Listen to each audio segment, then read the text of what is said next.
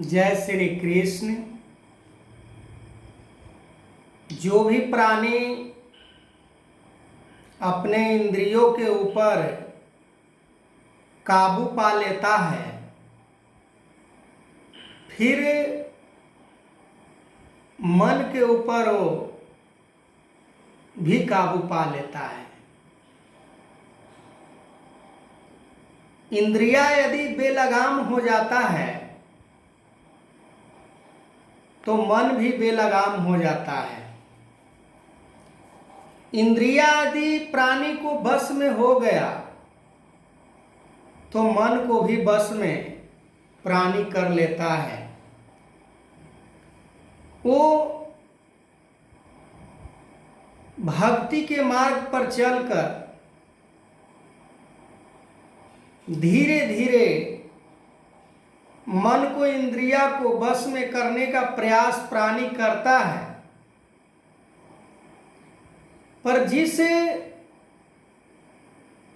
मन को वो कंट्रोल करना चाहता है, पर संसार के विषय इतना प्रबल है, इतना आकर्षित के केंद्र है, जो हमारा मन परमात्मा के तरफ सोचता भी नहीं है। क्योंकि इस मन को, इस इंद्रिया को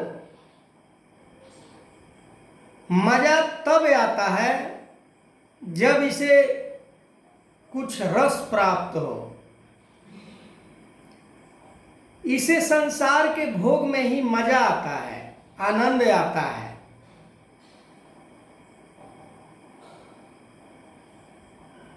जैसे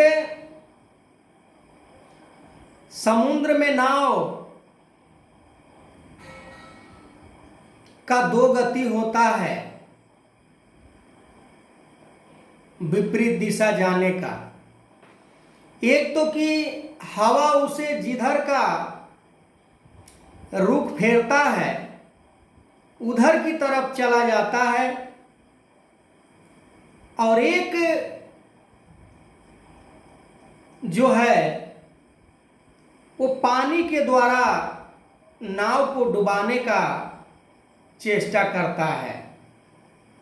ठीक उसी प्रकार जब हमारा इंद्रिया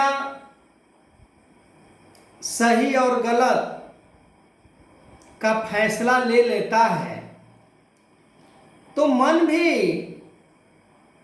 इंद्रिया के बस में हो जाता है। मन को चलाने वाला हालांकि मन से ताकतवर है इंद्रिया, फिर भी ये अपने आप को शक्तिशाली समझता है।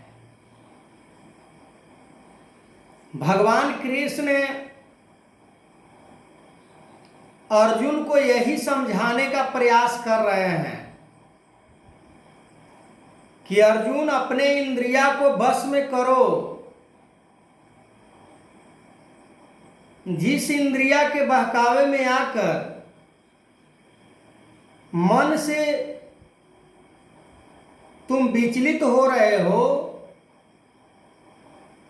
वो तुम विचलित नहीं हो पाओगे जब तुम्हारे बस में इंद्रिया हो जाएगा तब। आज संसार में देखा जाता है कि इंसान संसार के उपलब्धि में वो अपना इंद्रिया को बेलगाम छोड़ दिया है, अपने मन को बेताब छोड़ दिया है। जिधर भी जाए, क्योंकि उसका मन परमात्मा के प्राप्ति में रुचि नहीं रखता है। उसे संसार की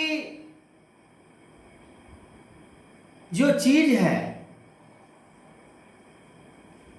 उसे बड़ा पसंद है, और संसार का जो चीज है वो हमें पतन की तरफ ले जाता है। परमात्मा की प्राप्ति यदि हम करते हैं तो इसे आवागमन से मुक्त करता है। तो डिसाइड हमें करना है कि हमें आवागमन से मुक्त होना है कि संसार के विषयों में पड़ के आवागमन के चक्कर में पड़ना है, अपने आप को नरक में ले जाना है, अपने जीवन को बर्बाद करना है। क्षण मात्र के लिए संसार की चीज, पदार्थ, वस्तु हमें खुशी देता है, उससे हम मजा लेते हैं, पर उससे आनंद नहीं आता है।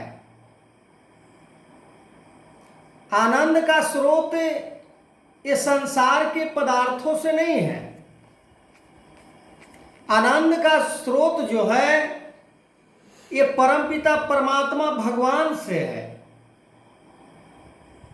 पर आज इंसान भगवान को प्राप्त करके आनंद महसूस नहीं करना चाहता है। ऐसे भी भगवान के बारे में कहा गया है कि आनंद कंद सच्चिदानंद,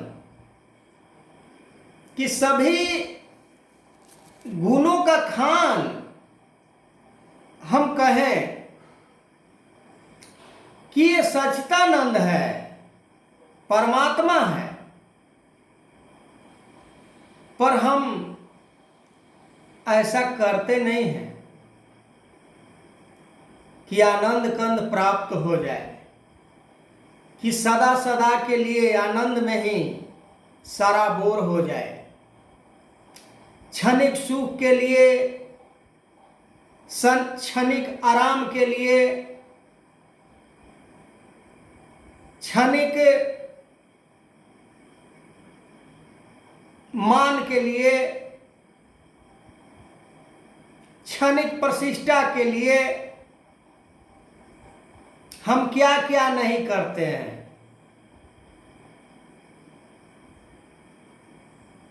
ये कहने की बात नहीं है कि हम क्या क्या करते हैं।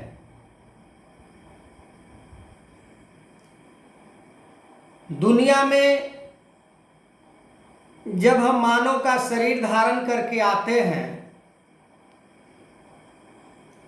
तो हमें भगवान ने एक ही बात समझाकर भेजे कि तुम हमें प्राप्त कर लेना, क्योंकि तुम जो 84 लाख योनि में बार बार जन्म लेकर हमें प्राप्त नहीं कर पाया, पर इस जन्म में तुम्हारा मैं श्रेष्ठ जन्म बना रहा हूं। और ऐसे कहा भी जाता है कि दुर्लभ मनुष्य जन्म है, होत न बारंबार, तरवर जिम पाता झरे बहुरी न लागे डाढ़। तो हमें दुर्लभ जन्म का जो पैगाम है, दुर्लभ जन्म का जो मकसद है, दुर्लभ जन्म का जो लक्ष्य है, हम उस लक्ष्य को प्राप्त करके संसार में 84 लाख योनि से बचने का हम काम कर सकते हैं। पर अर्जुन भयभीत हो रहे हैं मोह के कारण। तो आगे मैं इस वीडियो को कंटिन्यू करूंगा। तब तक के लिए जय श्री कृष्ण।